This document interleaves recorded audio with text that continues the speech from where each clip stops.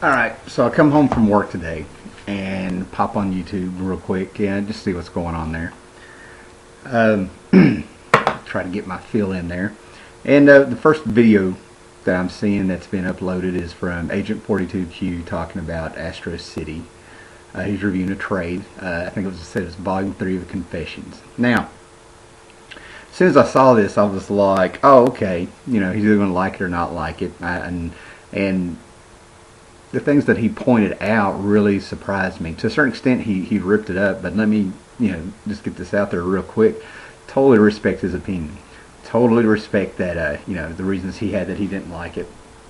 And he actually has some valid points, which kind of changed how I kind of been reading Astro City. I was on board from issue 1, followed it throughout the years. Actually grabbed a couple copies extra here and there, just to make sure I had them. And I think I sort of fell off around the Dark Age, for anybody that's read that. If I remember right, Astro City started under an Image, under the Homage, if you remember that brand. I think around '95, so it's been around quite a while. And it's Kurt Busiek's love letter, more or less, to comics. If you liked his Marvel's miniseries he did with Axl Rose, how funny, that'd be a book, with Alex Ross. That's what you're getting with Astro City. Astro City is sort of a love letter to the comics he grew up reading, in my opinion. Silver Age, Bronze Age stuff like that. And Astro City is an actual city, and you have all these archetype characters. And there's no apology, man. You can tell who the Captain Marvel archetype is. You can tell who the Batman archetype is, and so on and so forth. The New Mutants. There's X-Men. There's all this. This whole city has everything in it.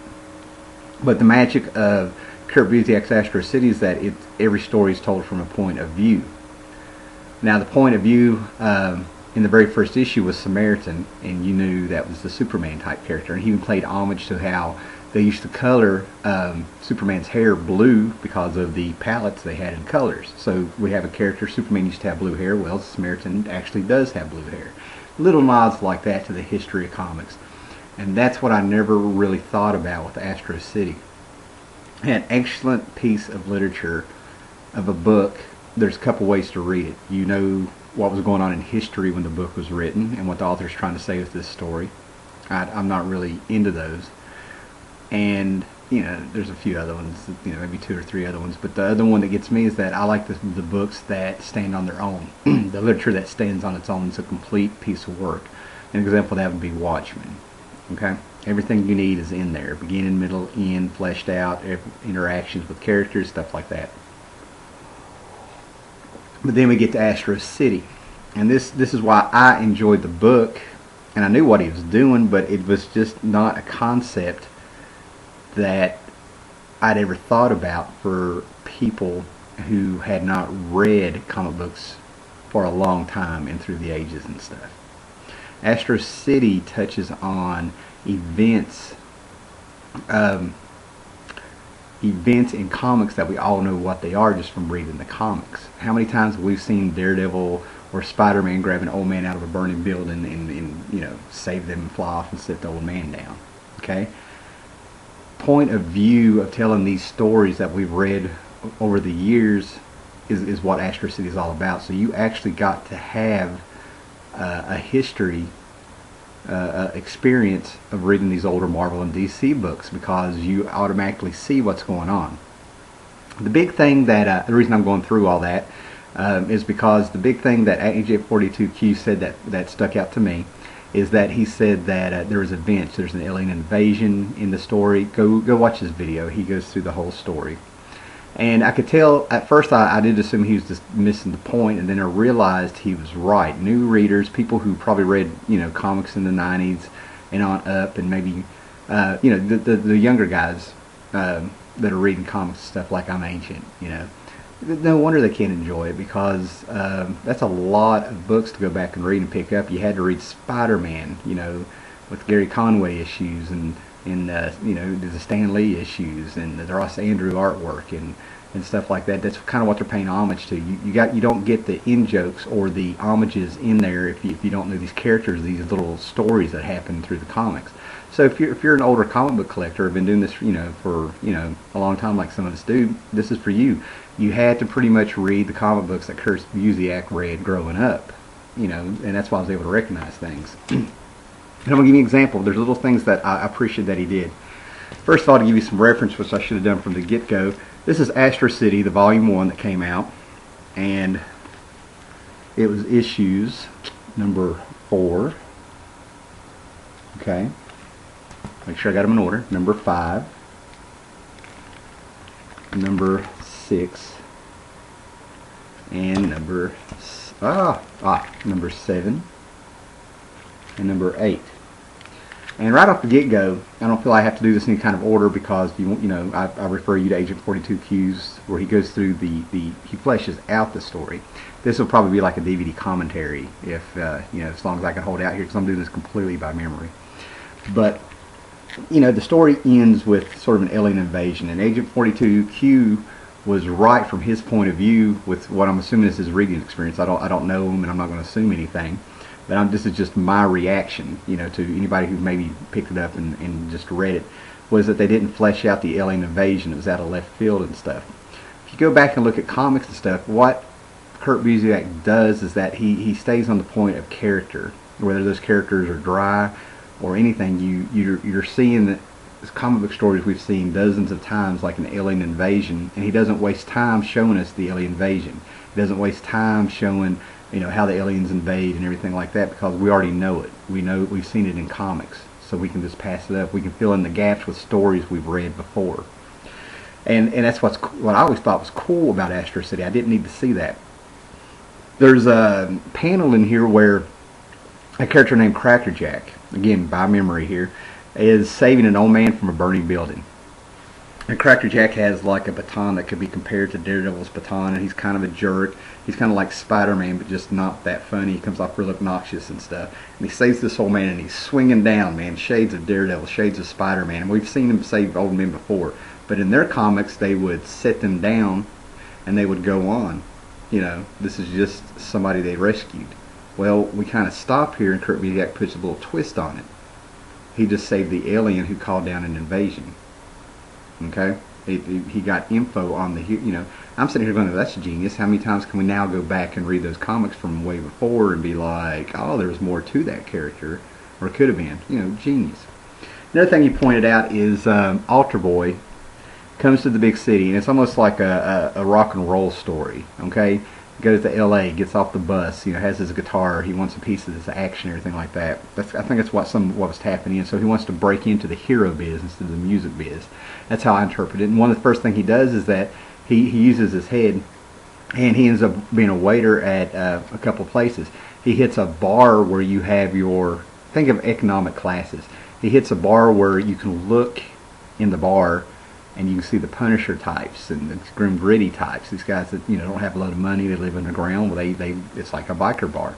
And all of a sudden he ups his gig a little bit, and he ends up becoming a waiter with a catering company or something, where you have your Playboy billionaire heroes like Tony Stark and Bruce Wayne and the original Wesley Dodds, the original Sandman, those kind of guys. And this is where he gets his big break. There's all these other kids who've got the same idea, and that's why they're there. They're waiting to be noticed, or their big spot for one of these guys to make them their sidekick. And he ends up saving the day. He gets taken, somebody's robbing the place or invades or something, and they grab our future Altar Boy, and he makes his move. But here's the thing, this is where the character comes in, that world. We're seeing this world through one character, things we've seen before, and Kurt Busiek ties in all these characters together. You know who they are because these are our billionaire playboys.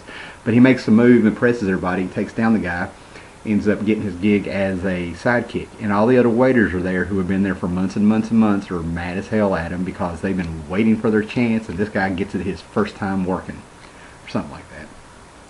And that's the trick with Astro City. So to a certain extent, if I had just picked up Astro City, if this was like maybe my first comic I was ever going to read, I would say I would be like, I want to see more of this invasion. I want to see more of these events. Another thing that Agent 42Q pointed out was like some of the training for Altar Boy.